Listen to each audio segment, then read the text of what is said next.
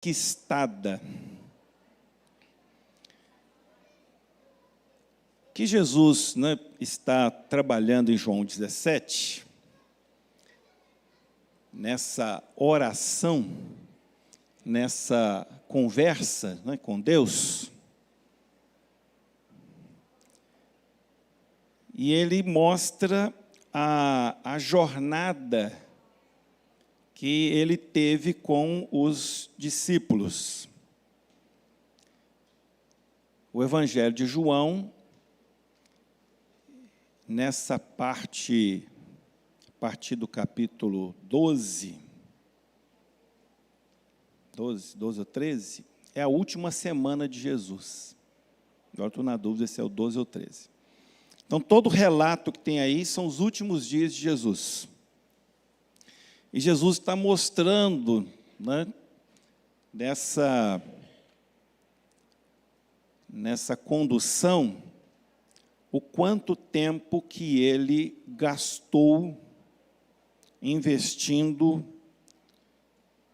no seu grupo de discípulos. A coisa mais preciosa que existe é o tempo. É o nosso tempo de vida, é o nosso tempo que nós gastamos com as várias coisas que nós temos no nosso cotidiano. No Rio de Janeiro, não sei se ainda existe, uma rádio chamada Rádio Relógio Federal. Você lembra dela, né? Eu não sei se ainda existe. Lá nos anos 70 e 80, a gente ouvia muito rádio. Eu trabalhei em oficina de carro, de lanternagem, essas coisas, aquilo era rádio o dia inteiro. E a Rádio Relógio, ela é uma chatice. É a verdade. Porque, de minuto em minuto, eles falavam a hora.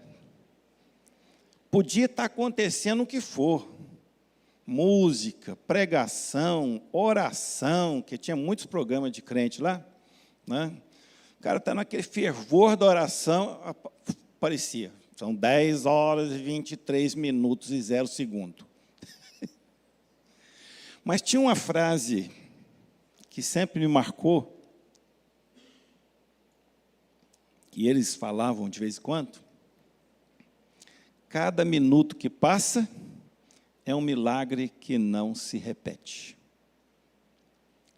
Então, nosso maior patrimônio, nosso maior valor é o tempo. E Jesus está dando ênfase a este tempo. Porque a autoridade para levarmos alguém ao conhecimento do Evangelho é um investimento de tempo. Nós temos dificuldades com o tempo. Nós que somos da geração que deu um clique e as coisas acontecem.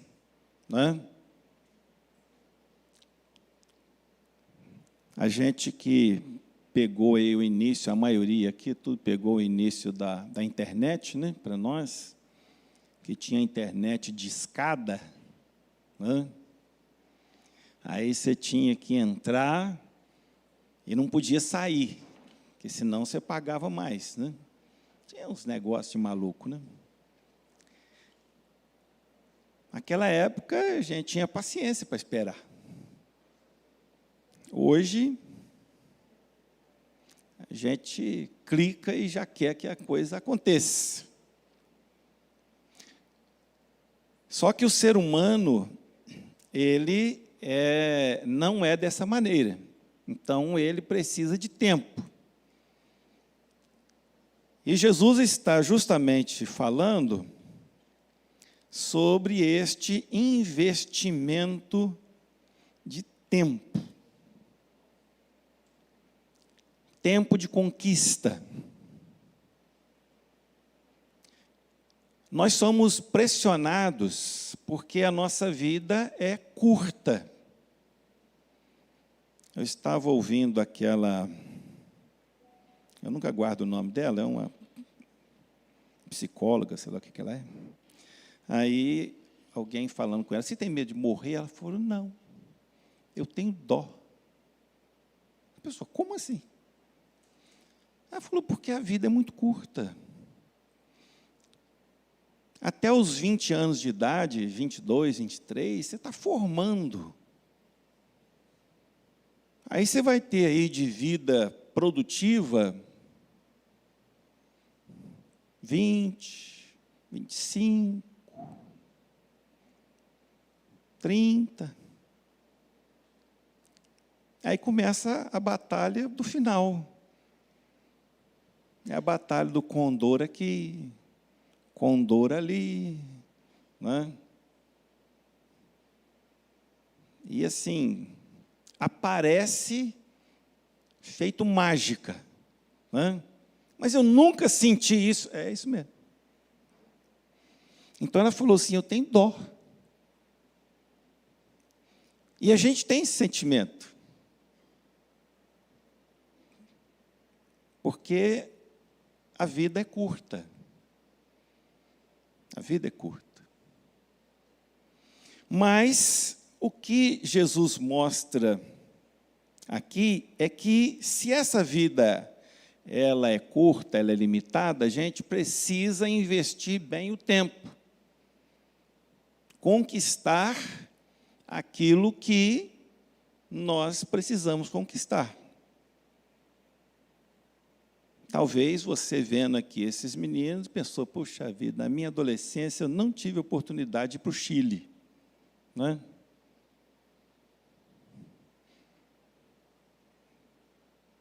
É a vida. Né? Mas você teve outras oportunidades que eles não têm. Né? A vida é assim. A nossa tendência é nos lamentarmos com algumas coisas. Mas nós temos que pensar sempre que há um investimento de tempo de Deus conosco e que nós vamos investir nas pessoas. Nós investimos em nós mesmos, mesmo que seja contra a vontade. Eu não sei se vocês, lá no início da vida escolar, mas deve ter gente que ia com muita alegria para a escola. Eu não vou perguntar, não.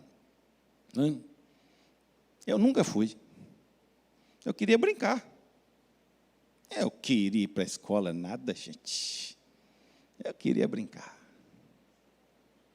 Por quê? Tempo da gente, você quer divertir. Né? Mas aí você investe em você mesmo não querendo. Porque os estudos é um investimento. E o tempo vai passar e você vai fazer isso com seus filhos. Né? Você vai fazer ele fazer algumas coisas, que não seja escola, pode ser outras, né? Que ele não queira, mas que é um investimento na vida dele. Quando Jesus chama os discípulos, né, nós temos aí, Mateus principalmente escreve detalhadamente, né, o chamado, a gente conhece bem, e ele chama para uma jornada aí que calcula-se 3 anos, 3 anos e meio, tem gente que acha que foi 4 anos, tem gente que acha que foi 2 anos só. Esse tempo aí é quase impossível de calcular quanto que Jesus tem. Geralmente trabalha com a média que foi 3 anos, mas você vai encontrar estudiosos que vão dizer que foram 4 anos que Jesus caminhou com eles. E a gente pensa que 4 anos é muito pouco. Né? E nós, no português, temos essa expressão, né, que é muito pouco. É um negócio esquisito demais, né? Mas é para dar força de algo que a gente entende que foi muito curto tempo. E nós vamos investir em pessoas o tempo que nós precisamos. Quanto que nós vamos gastar com as pessoas? Aqui todo mundo é casado ou já foi casado, né? Todo mundo. Tem alguém que... tem, a lista ali, que não é casada. Casamento é um investimento de tempo no outro. Porque, gente, cada um vem de um lado, com a sua carga cultural, da sua família, né? E nós, que temos um amor muito grande pelo outro, nós queremos fazer do outro igual a gente. Porque cada um de nós, se constitui no padrão do ser humano perfeito. Não é? E aí começa essa jornada de discipulado. E vai se estendendo. Não é? Moadão e Maracema já passou dos 40, né? De casamento. De idade eu sei. Né? 45. Né? Alguém tem mais de 45 anos de casado? Luísa, tem quanto? 48, quase a minha idade. Né? É bem quase, né? Alguém tem mais de 48 anos de casado? Não. Estão discipulando um ao outro. Em todos os sentidos. E para nós crentes, o sentido espiritual mesmo. Não é de trabalhar com o outro, o aperfeiçoamento, a melhora do relacionamento com Deus. Isso é investimento de tempo. E essa autoridade conquistada, ela passa por isso, a ideia de tempo. Quanto tempo que você gasta com? Aí vem os filhos. Quanto tempo que a gente gasta com os filhos? Né? Que você investe no filho. A autoridade com o filho, ela é uma autoridade natural pelo posicionamento, mas é também uma autoridade conquistada pelo que você vive com o filho, como que você ensina. Então, tudo isso leva tempo. E Jesus, ele gastou tempo com aqueles homens que estavam ali, principalmente os 12. Mas ele investia na multidão. Mas Jesus também investiu tempo naqueles 3 que eram mais próximos. Quem era? Qual o nome dos 3 que andavam com Jesus? Pedro, Tiago e João. Ontem aqui no teste de dons eu falei que Jesus tinha as panelinhas dele. Não é? E que panelinha é coisa natural da vida. A panelinha ruim é nada. A panelinha é ótima. A panelinha é ruim quando você está fora dela, é só entrar. A igreja é uma grande panela, às vezes de pressão, né? Mas que é uma grande panela. Né? Então, Jesus tinha a multidão, Jesus tinha lá uns 70, e tinha os 12, tinha os 3, mas ele tinha... Quem era um? Não. João, gente. Joãozinho. Gente boa. Não, Lázaro está no outro nível. Então, a gente vai investir tempo. E uma coisa importante, irmãos, nessa conquista do discípulo, nós não temos como investir tempo em todo mundo. A gente não trabalha com multidão. A multidão seguia Jesus, mas lê João 6, na hora que pregou um sermão um pouquinho mais apertado, a multidão, como dizia lá na minha adolescência, se pirulitou. Se pirulitou, não é? Caiu fora. E Jesus era assim meio estranho nas coisas, né? Ele vira para os discípulos: vocês querem ir embora também? Aí o Pedrão, né? Não, Jesus, isso é ruim, hein? Não, vamos para onde? Essa afirmação de Pedro me ajudou muito na adolescência. Eu olhava meus colegas saindo da igreja,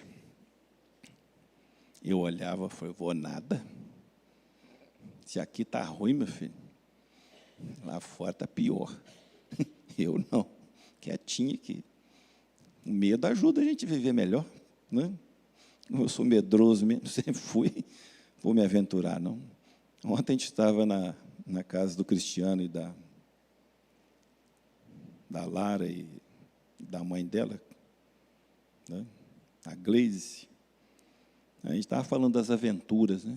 Gente, eu amo uma aventura. Vê na televisão, né? Você vê as pessoas, né, explorando caverna com água, mergulha, passa, é lindo, gente. Sentadinho, não, que eu não quero mais, eu mudo, paro, vou beber água. Eu ir lá, eu não, vou não. Né?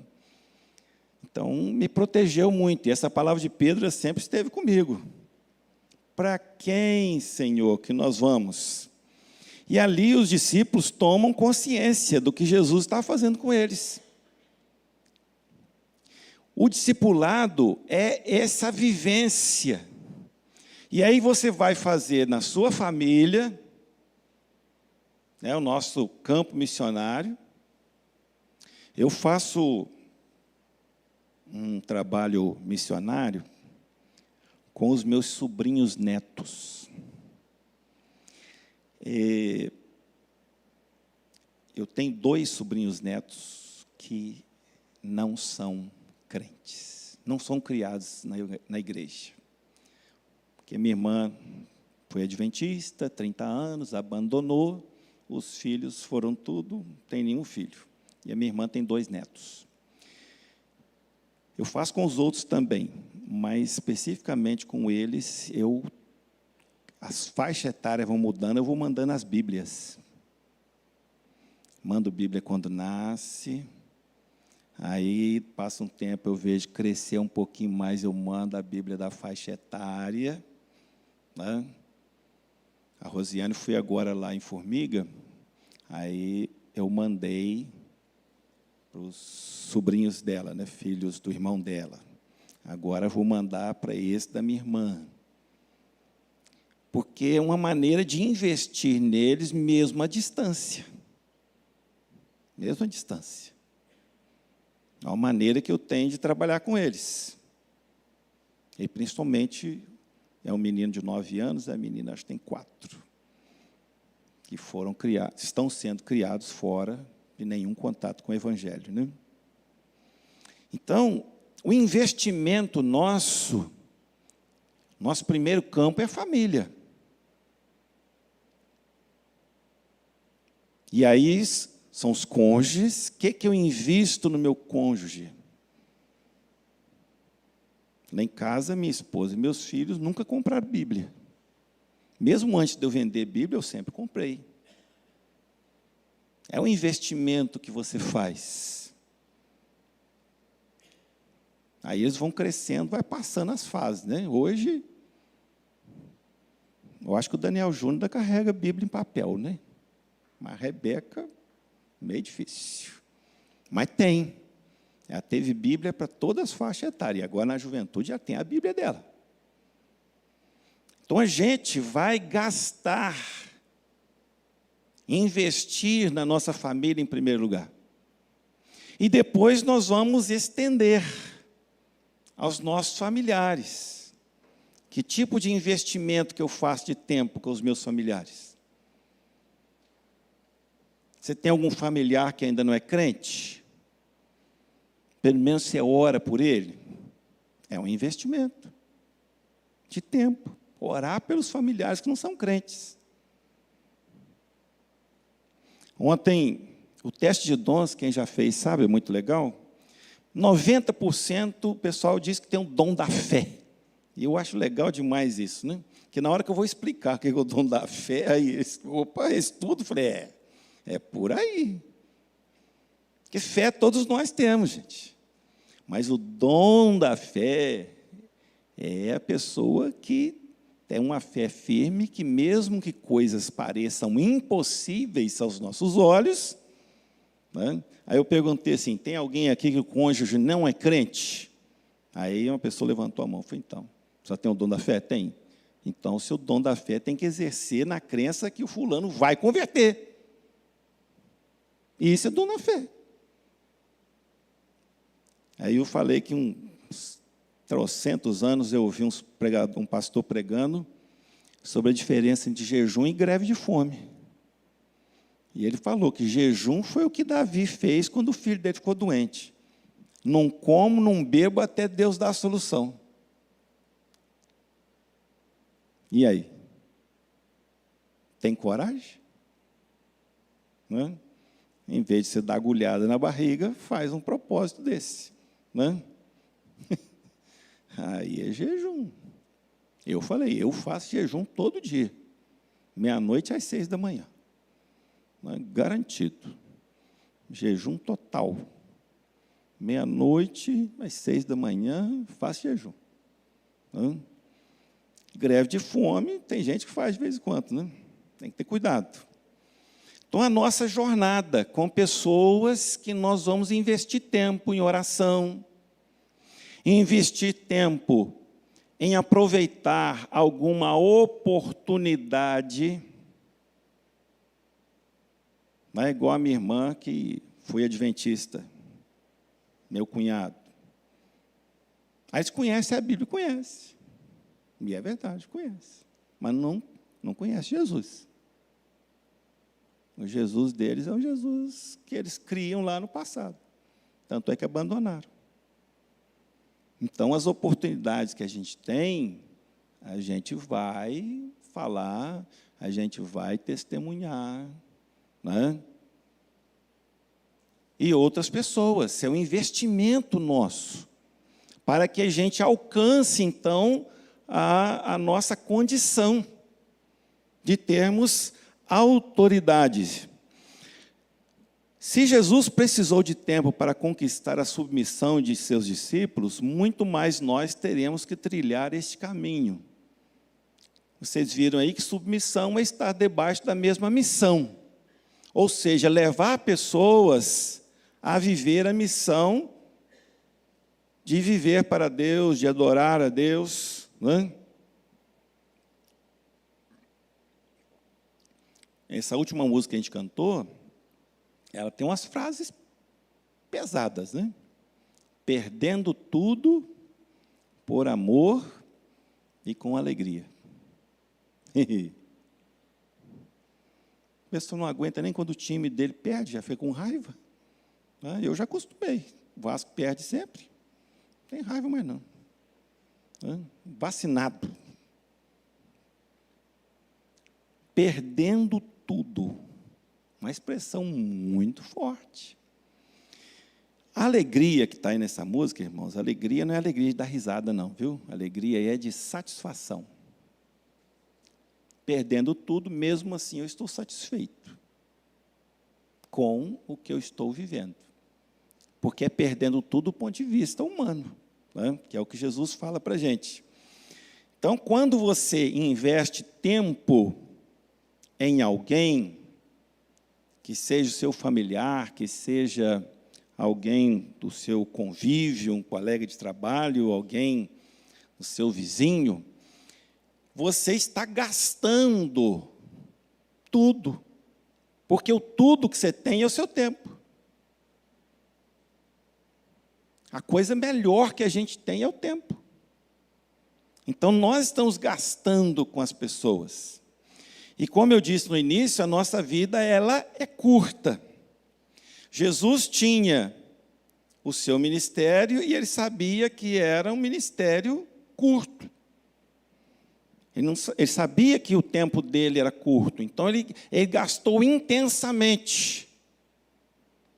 Se você observar o Novo Testamento, quando Mateus e Lucas são mais detalhados nisso, se você descobrir uma semana de Jesus, ela é uma semana intensa. É manhã, tarde, às vezes entrar para a noite, e às vezes virava a madrugada na oração. O tempo dele era curto. Jesus ficou cansado, ele chegou um momento que ele teve que descansar. Como nós temos que descansar, nosso organismo precisa de descanso. Mas a nossa vida ela tem essa intensidade. Nós somos intensos, nosso compromisso. O grande desafio é, nessa jornada de conquistar, né, o outro para Jesus,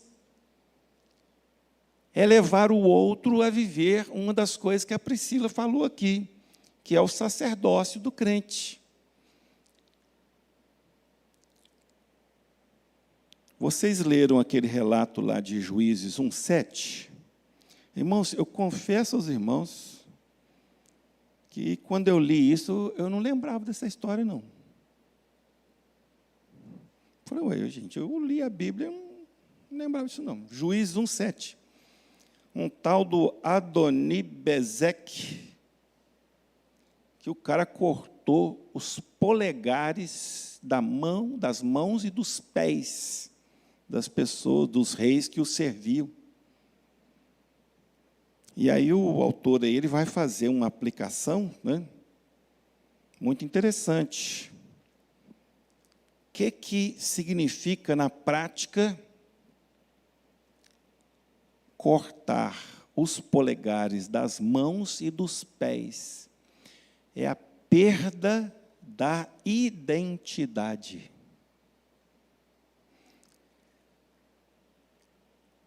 Raríssimas coisas a gente faz com a mão sem usar o polegar. Raríssimas coisas.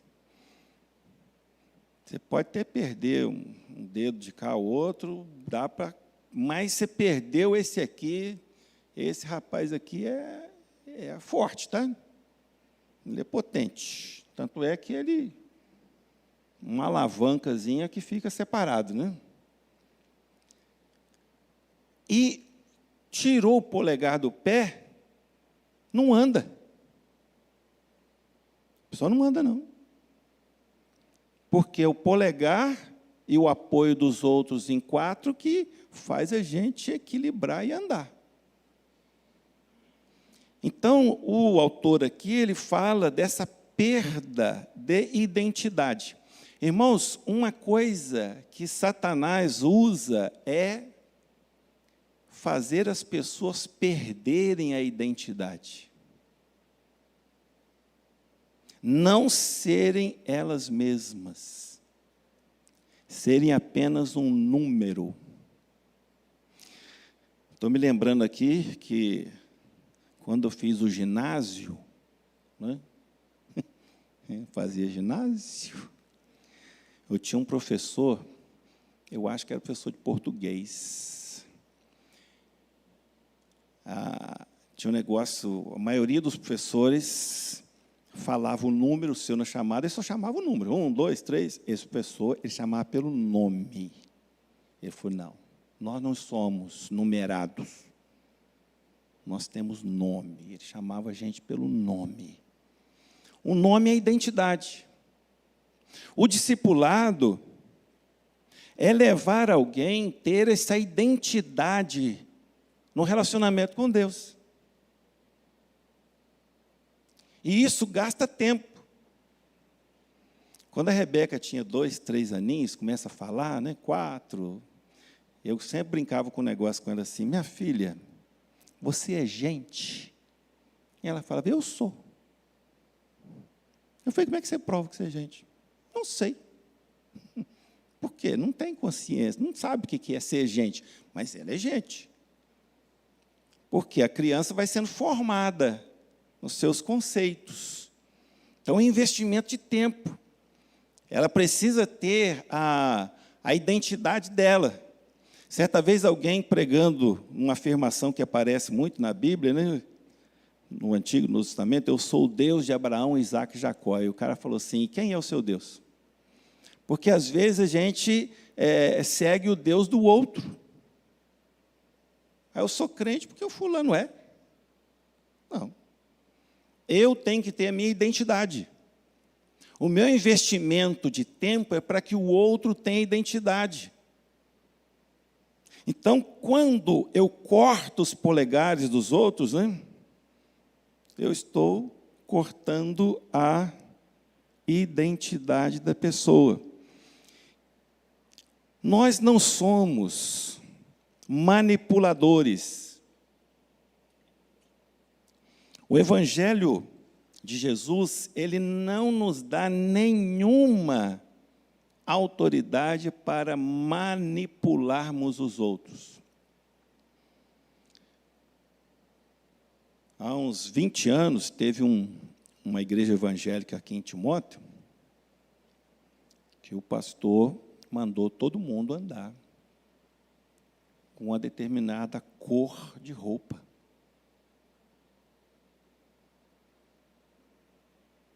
E aí todo mundo andava com a cor de roupa. Cabimento isso, gente? Depois ele resolveu que as pessoas deveriam passar o dia, só podia comer biscoito, creme crack e beber água. E as pessoas começaram a desmaiar. Trabalhando, quem aguenta? Então, assim, a gente não tem autoridade para isso. Jesus nunca fez isso. E isso tira a identidade das pessoas.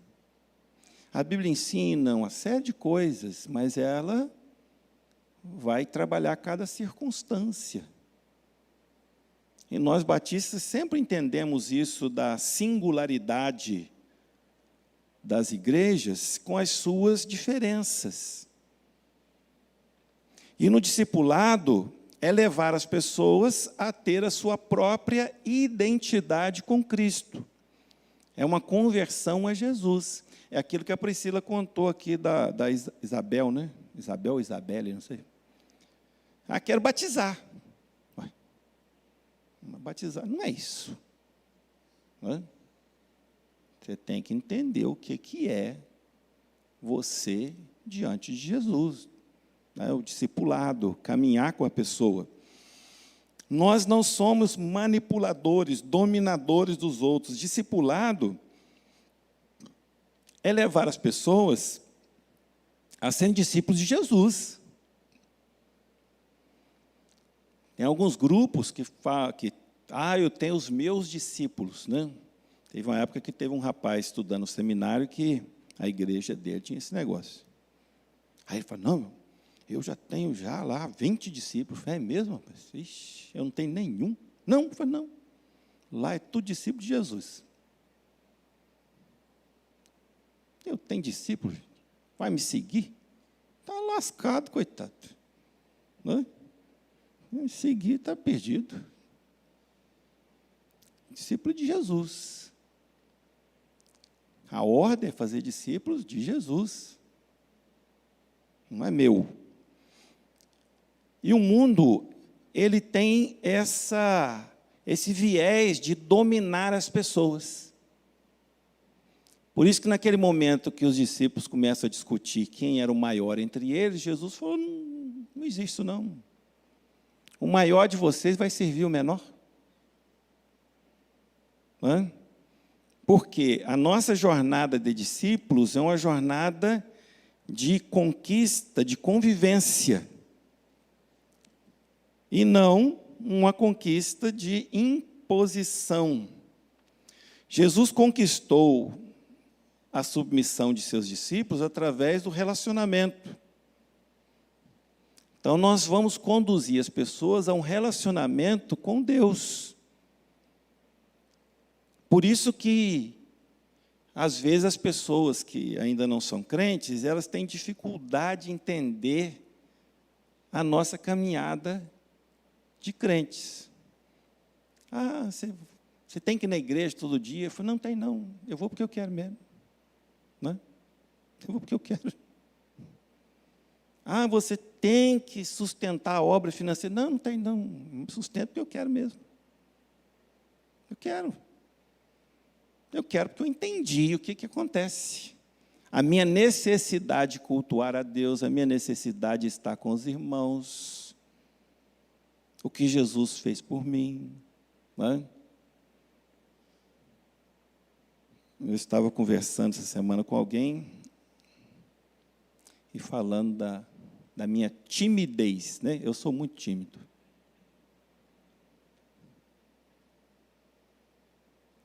Mas eu aprendi a ir para frente, falar.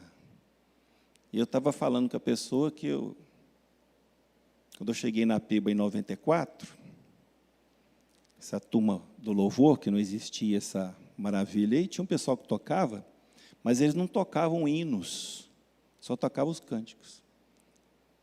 Eu toquei muito hino aqui na igreja. O pastor Lério falou assim, toco todos. Do jeito que eu sei tocar. Se errar, não tem vergonha nenhuma. Por quê? O mico que Jesus pagou por mim, de morrer na cruz, meu filho. Não tem nada que eu faça que possa me envergonhar mais do que o que ele fez. Ele morreu na cruz, não por ele, porque ele não precisava, morreu por mim, se expôs a pior espetáculo da época, foi na entrada da cidade, todo mundo passava e ria da cara dele, e ele ficou lá. 6 horas que ele ficou na cruz. Com as mãos presas, não tinha nem como coçar o nariz. A gente tem esse negócio, quando você dá a mão para o outro, começa a coçar o nariz. Troço, gente. Ele não podia nem coçar o nariz, tadinho. 6 horas. Então, qualquer coisa que eu tiver que fazer, a minha timidez não é nada. Não é nada. Vou vencer. Vou para frente, falo, vou lá, anda. Tiver que tocar o pouco que eu sei de violão, toco se precisar. Tem dificuldade nenhuma. Não, para a Amazônia eu não vou, não. Lá os mosquitos são muito grandes. Né? Eu fico brincando com isso. Né? Irmãos, investir tempo, gastar tempo com as pessoas, ensiná-las a identidade delas com Cristo. Quando Daniel e aqueles outros jovens foram lá para Babilônia, a estratégia, né, o Tasso Licurgo fala muito isso, né? A estratégia do Nabucodonosor foi trocar os nomes deles. Quer dizer, mudar a identidade. Aí mudou os nomes. E os nomes eram todos em adoração aos deuses deles. Pode olhar lá. O mundo sempre quer mudar a nossa identidade.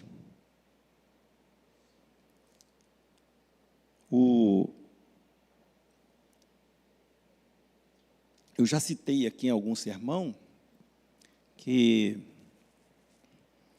a estratégia do movimento aí do meio ambiente, ecologia, que eu lembro que começou a falar isso na década de 70, é dizer que nós somos parte do planeta. Deus nos criou como a obra-prima, mas a filosofia humana diz, não, você é igual um cachorro, você é igual um animal. Mesma coisa. E isso vai cada vez avançando. Não é?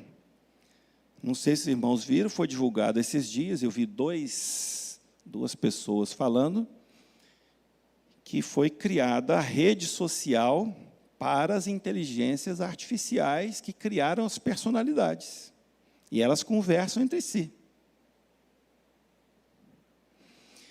E dos vários assuntos que a inteligência artificial conversa, é para que serve o ser humano. Já estão discutindo. Para que serve o ser humano? Nós precisamos deles? Porque a filosofia é mostrar que nós somos o câncer do planeta, que o planeta sem a gente estaria muito melhor. A ideia hoje é essa. Trocar a nossa identidade. Então, nosso objetivo no discipulado é restaurar essa identidade do ser humano como imagem e semelhança de Deus. Nós não somos parte do ambiente, só porque a nossa composição é a mesma do planeta, mas nós temos a parte espiritual. Então, nós somos diferenciados de qualquer coisa que tem nesse planeta. E é levar as pessoas a essa identidade.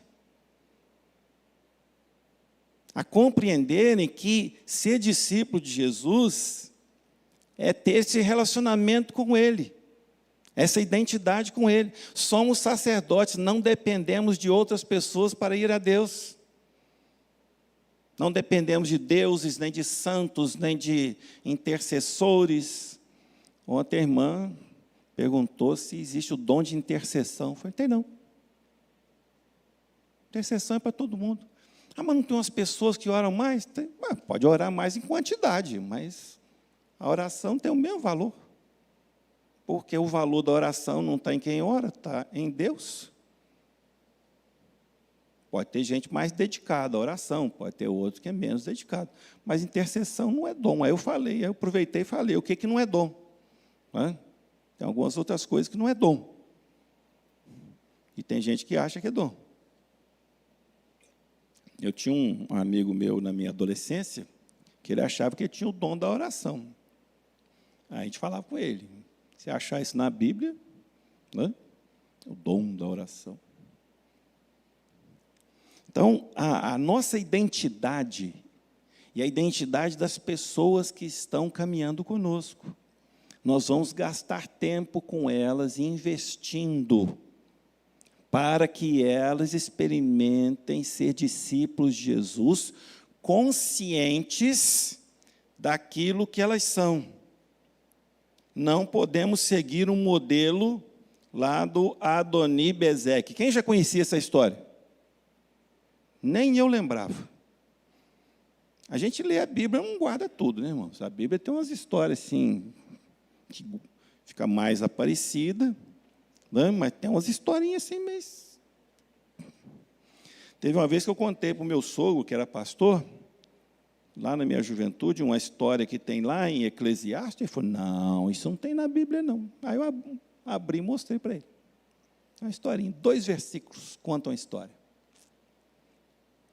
Então, a Bíblia tem esses detalhes, e a gente não guarda tudo.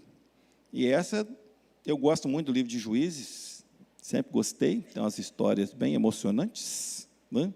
Mas essa do Adoni Bezek, não lembrava, não. Então, o nosso modelo não é ele, o nosso modelo é Jesus. Jesus gastou tempo com os discípulos. E nós temos que pensar em gastar tempo, porque Jesus teve que entrar no tempo. A encarnação de Jesus é ele entrar no tempo. Porque como Deus, ele está acima do tempo. Porque foi ele quem criou o tempo e o espaço e a matéria. Então, ele gastar tempo com a gente ele investiu de entrar no tempo para se fazer semelhante a nós. A nossa missão é entrar no tempo da pessoa. Qual é o tempo da pessoa? É uma criança? Tem que entrar no tempo dela. É um adulto? É um jovem? É um idoso? Entrar no tempo dela. E aí você vai gastar tudo e com alegria. Vai gastar tudo com alegria. Porque você vai estar investindo em alguém. E como disse o apóstolo Paulo lá em Atos 20, melhor coisa é dar do que receber. Receber é bom. Mas quando você pode dar a alguém alguma coisa, é uma satisfação imensa. Então você tem algo a oferecer. E nós temos uma proposta de discipulado, de ser discípulo de Jesus, que é algo que já está em nós e nós podemos oferecer. Oferecer às pessoas do nosso relacionamento, do nosso convívio. Mas também podemos oferecer ao pessoal que está no Chile. Porque através de outras pessoas, né, chega lá. O pastor Rodrigo, genro do Elcio da Silva, né, pregou aqui em janeiro, está há 12 anos lá no Ceará. Eu estive lá em 2017 pregando no aniversário da igreja, e quando eu voltei, eu falei uma coisa muito interessante. O vice-presidente da igreja, ele falou assim: pastor, o senhor é o diretor do seminário, né? Na época eu estava como diretor, o senhor é que dirigiu o pastor Rodrigo lá nesse tempo que ele estudou. Eu quero que o senhor leve uma palavra de gratidão ao Senhor e a todo o corpo docente do seminário, porque vocês nos abençoaram com o pastor Rodrigo. Eu nunca imaginava de receber uma palavra dessa, mas foi extremamente gratificante. Por quê? Eu não estou lá no Ceará, mas ele está. E eu pude participar da formação dele como discípulo de Jesus. E assim como muitos outros, né? Estou dando aula no seminário desde 2002, 24 anos. Muita gente que já passou por ali. Então, a oportunidade que eu tenho ali de fazer discípulo. Deus me deu uma outra oportunidade do meu próprio filho, né? Quando Daniel Júnior voltou daquele projeto lá com o Nicolas, eles foram para Mário Campos, eu lembro, certinho. E eu não sabia de nada. Chegou e foi dar testemunho que estava sendo chamado para o ministério. Eu sempre oro e sempre orei para os meus filhos para eles estarem na missão, no ministério de Deus, mas não quer dizer que vai ser pastor. Mas Deus me deu o privilégio. Então, é investimento de tempo. E o Juninho, eu tive que gastar muito tempo com ele, gente. Todo mundo sabe bem, né? Aquilo me deu trabalho, força, né? Corri muito atrás dele, literalmente, né? O Joel Reis também correu muito atrás do Juninho aqui na pipa. Agora ele não aguenta mais, não. O Joel, né? Agora está quietinho, não corre mais atrás de ninguém, não. Então, esse investimento nosso. Porque, irmãos, o nosso tempo de vida é curto mesmo. Mas a sua vida vai prolongar através das pessoas que você discipular, que você ensinar. A elas também terem a sua identidade com Cristo, a crescerem e também multiplicarem. Jesus está falando disso em João 17, né, que é o texto base de todo esse material que a gente está estudando e vai continuar, né, e até as próximas semanas. Nós vamos aprendendo com Jesus, e eu quero falar essa última questão, aqui ninguém está pronto. Jesus fala muito isso, do aperfeiçoamento, ele fala isso aos discípulos, depois Paulo vai falar isso com Timóteo, que ninguém está pronto. A gente está sempre crescendo, sempre melhorando o nosso relacionamento com Deus, sempre avançando no nosso conhecimento de Deus e transmitindo isso ao outro. Nós não somos seres acabados, né, em termos de estar pronto. Paulo fala em Efésios 4 que o nosso alvo é a estatura de Cristo, né? Então, esse é o nosso alvo, ou seja, nós estamos avançando para lá. O que você pensava há 10 anos atrás, hoje você pensa diferente. Porque as circunstâncias da vida vão te modificando. Ano passado, né, eu tive um primeiro semestre muito difícil com minha saúde. E eu sempre tive muita dificuldade para tirar sangue, né?